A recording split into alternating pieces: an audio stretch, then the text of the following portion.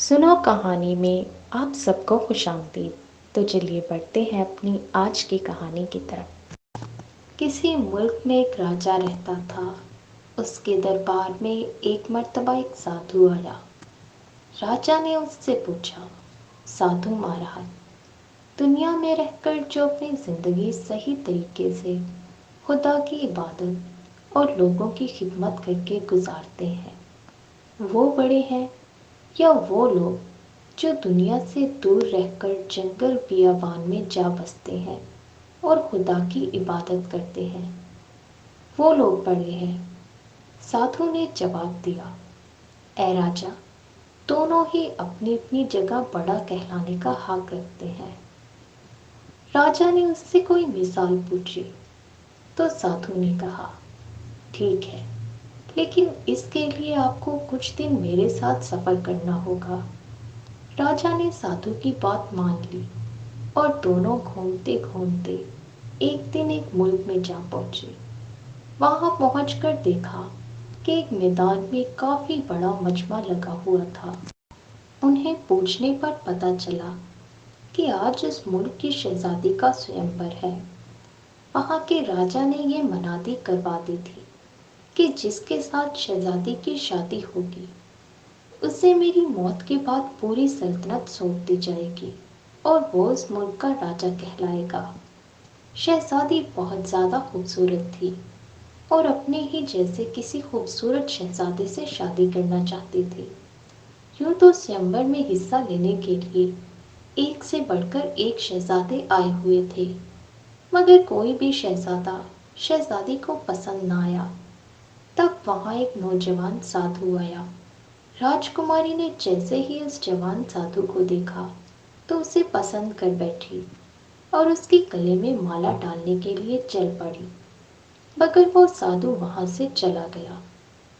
تب راجا نے نوجوان سادھو سے کہا، اگر تم میری بیٹی سے شادی کر لو گے تو میں اسی وقت اپنی آدھی سلطنت تمہیں دے دوں گا اور میری موت کے بعد تم پورے ملک کے راجا کہلاؤ گے۔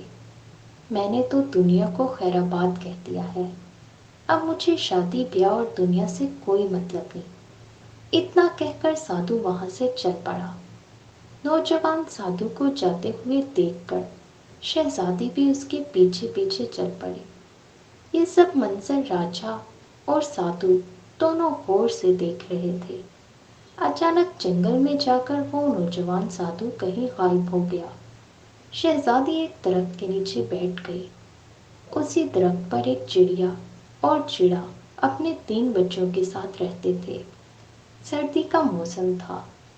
چڑا نے چڑیا سے کہا کہ یہ ہمارے مہمان ہیں، ہمیں ان کی خاطر مدارت کرنی چاہیے، انہیں ٹھنڈ لگ رہی ہوگی، میں ابھی ایک لکڑی لے کر آتا ہوں۔ یہ کہہ کر چڑا وہاں سے اڑ گیا اور کچھ ہی دیر بعد کہیں سے ایک جلتی ہوئی لکڑی لے کر آیا۔ چڑیا نے اس لکڑی کو نیچے گرا دیا۔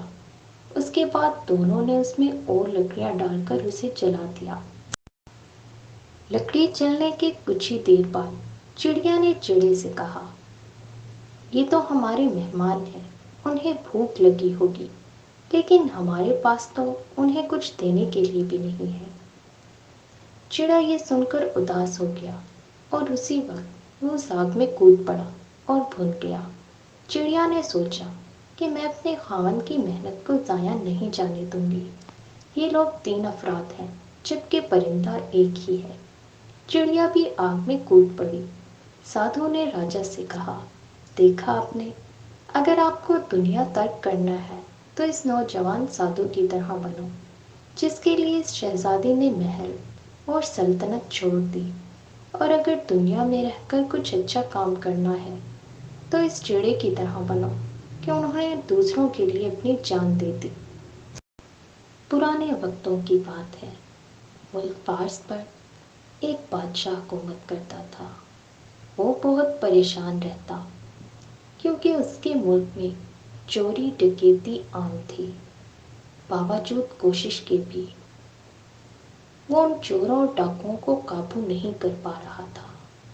ایک دن بادشاہ پریشانی میں محل سے نکل کر جنگل کی جانب چل پڑا۔ اس نے دیکھا وہاں پر ایک لکڑہارا بہت ہی محنت سے لکڑیاں کاٹ رہا ہے۔ لکڑہارا بادشاہ کو دیکھ کر اس کے پاس چلا آیا اور اس سے کہنے لگا، بادشاہ سلامت، آپ تو بادشاہ ہیں، پھر آپ کسی شاہی سواری میں کیوں نہیں آئے؟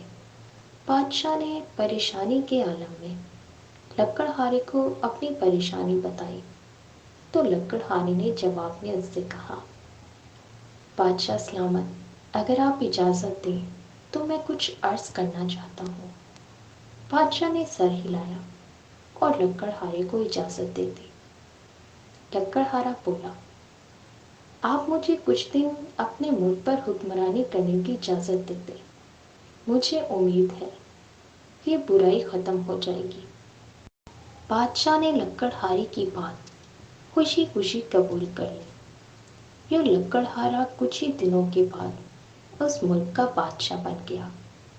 اس نے بادشاہ بنتے ہی فوراً حکم جاری کیا، اگر ملک میں کسی بھی طرح کی چوری ہو جائے تو فوراً چور کا سر قلم کر دیا جائے، اور جو اس کی سفارش لے کر آئے گا اس کو بھی پھانسی دی جائے گی۔ لوگوں نے اس حکم پر توجہ نہ دی کیونکہ وہاں پر چوری ڈکیتی عام تھی، اور اگلے دن کسی کے گھر سے زیور چوری ہو گئے۔ بادشاہ نے حکم دیا چور کو فوراً پکڑا جائے اور سپاہیوں سے کہا، اگر چور پکڑنے میں ناکام ہوئے تو ان کی جگہ تمہیں پھانسی دی جائے گی۔ کچھ روز گزرنے کے بعد سپاہی چور کو پکڑنے میں کامیاب ہو گئے اور انہیں جیل میں بند کر دیا گیا۔ لوگ اب ڈر کے مارے سفارش نہ کر رہے تھے۔ وہ بادشاہ کے باپ کے پاس گئے اور اس سے گزارش کی کہ وہ بادشاہ سے معافی دلوا دے، اور ان کے ساتھ جانے پر راضی ہو گیا۔ بادشاہ نے جب سفارشی کے طور پر اپنے باپ کو دیکھا تو سپاہی کو حکم دیا کہ ان کو بھی جیل میں بند کر دیا جائے۔ پھر اصول کے مطابق جو حکم جاری کیا گیا تھا اس کی تکمیل کر دی گئی۔ چوروں کے سر قلم کر دیے گئے اور جو سفارش لے کر آیا تھا اس کو پھانسی دے دی گئی۔ اس صورتحال نے سب لوگوں کو خوفزدہ کر دیا تھا۔ اب کوئی راستے میں پڑی ہوئی چیز بھی دیکھتا تو اس کو اٹھانے کی ہمت نہ کرتا۔ آہستہ آہستہ ملک سے چوریاں ہونا بند ہو گئی۔ 40 روز بعد بادشاہ لکڑہارے نے پہلے بادشاہ کو بلایا اور سلطنت کا نظام اس کے حوالے کر دیا۔ بادشاہ اس کی حکمرانی اور اصول پرستی سے اتنا خوش ہوا کہ اس کو اپنا وزیر مقرر کر دیا۔ ہمارے چینل کو سبسکرائب کریں اور کمنٹ سیکشن میں اپنی رائے سے ضرور آگاہ کیجیے۔ شکریہ۔